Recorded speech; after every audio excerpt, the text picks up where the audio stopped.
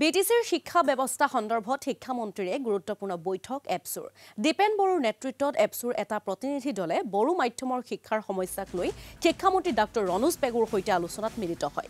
এই আলোচনাত শিক্ষা বিভাগৰ সঞ্চালকসহ কেইবাজনো উচ্চপদস্থ বিষয়া উপস্থিত থাকে আৰু পূৰ্বতে একাধিক সমস্যা থকাৰ কথা উল্লেখ কৰি এপছুৰ সভাপতি দীপেন বড়োৱে কয় যে সম্প্ৰতি আধা সমস্যা দূৰ হৈছে আৰু বাকি থকা সমস্যাক লৈ আজি আলোচনা কৰা হ'ল বৈঠকত। বড়ো চুক্তিৰ 6.3 নম্বৰ দফা অনুসৰি বিটিআৰত থকা বড়ো, অসমীয়া আৰু আন মাধ্যমৰ বিদ্যালয় আৰু মহাবিদ্যালয়সমূহ প্ৰাদেশিকীকৰণ কৰিব লাগে। এইফালে বড়ো মাধ্যমৰ বিশেষ টেট পৰীক্ষাৰ বাবে আগন্তুক 20 দিনৰ ভিতৰত শিক্ষা বিভাগে বিজ্ঞাপন প্ৰকাশ কৰিব বুলি মন্তব্য কৰিলে দীপেন বড়োৱে। আজি অসমৰ মাননীয় শিক্ষামন্ত্ৰী ডক্টৰ ৰণোজ পেগু ডাঙৰীয়াৰ লগত নিখিল বড়ো ছাত্ৰ সন্থাৰ এটা সজাতি দলৰ সৈতে বিশেষ বড়ো মাধ্যমৰ শিক্ষা সমস্যাক লৈ পেলাই আলোচনা আছিল আৰু এই আলোচনা কালত school education, higher education, secondary এডুকেশ্যনৰ আমাৰ ছেক্ৰেটাৰী আৰু লগতে যিখিনি ডাইৰেক্টৰ পৰ্যায়ৰ বিষয়া সকলো উপস্থিত আছিল। মূলতঃ আমাৰ 2 ডজন সমস্যা আছিল যোৱা দীঘলীয়া সময় ধৰি। ইয়াৰ পিছত আহি আজি আমি 1 ডজন সমস্যাক লৈ পেলাই আলোচনা কৰিলোঁ, কাৰণ 1 ডজন সমস্যা সমাধান হৈ গ'ল আগত।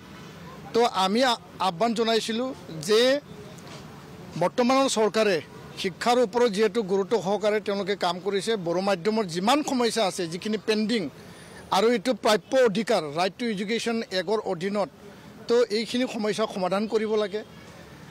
মূল দাবীকেইটাৰ ওপৰত আছিল যে 6.3 যি ক্লজ আছিল বড়ো চুক্তিৰ, সেইমতে বিটিআৰত থকা স্কুল আৰু কলেজ, বড়ো মাধ্যম, অসমীয়া মাধ্যমৰ অন্য মাধ্যমৰ বিদ্যালয়খিনি প্ৰাদেশিকৰণ কৰিব লাগে আৰু বিটিআৰত বাহিৰত থকা বড়ো মাধ্যমটো প্ৰাদেশিকৰণ কৰিব লাগে। সেই বিষয়টো লৈ পেলাই দীঘলীয়া আমি আলোচনা কৰিলোঁ, কাৰণ যোৱা বিধানসভাত অসমত 2025 প্ৰাদেশিকৰণ বিধেয়ক এটা অনা হৈছে আৰু এইটো পাছো কৰা হ'ল, কিন্তু সেইমতে আমাৰ বিদ্যালয়খিনি তাত মানে অন্তৰ্ভুক্ত নহয় বা বহুতো বিদ্যালয় ইয়াত ৰৈ যায়।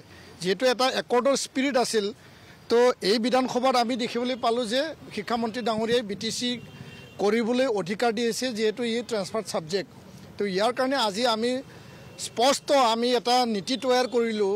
6.3 আধাৰত বিটিচিয়ে এটা নতুন মানে এমেণ্ডমেণ্ট এক্ট বনাই পেলাই স্কুল প্ৰাদেশিকৰণৰ প্ৰক্ৰিয়াটো তেওঁলোকে ত্বৰান্বিত কৰিব আৰু ৰাজ্য চৰকাৰে সকলো দিশত সহযোগিতা কৰিম বুলি আমাক আশ্বাস দিছে। ইয়াৰ বাদেও যিখিনি ক শ্ৰেণীৰ আমাৰ পাঠ্যপুথি, বড়ো মাধ্যমত অংগনাবাদী চেণ্টাৰৰ পাঠ্যপুথি, সেয়াৰ ওপৰত আলোচনা হ'ল। Special TET outside BTR Bodo মাধ্যমত অতি শীঘ্ৰে অনুষ্ঠিত কৰিবৰ কাৰণে আমি দাবী জনাইছিলোঁ আৰু আগন্তুক 20 দিনৰ ভিতৰত অসম চৰকাৰে টেট অনুষ্ঠিত কৰি মানে এডভাৰটাইজ কৰাৰ কাৰণে তেওঁলোকে আমাক প্ৰতিশ্ৰুতি প্ৰদান কৰিছে।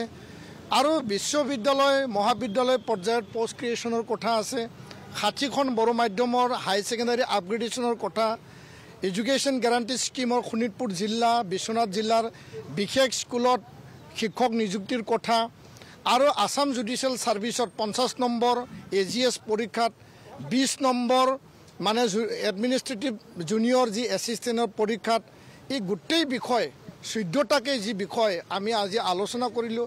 আলোচনা যথেষ্ট গুৰুত্বপূৰ্ণ আছিল।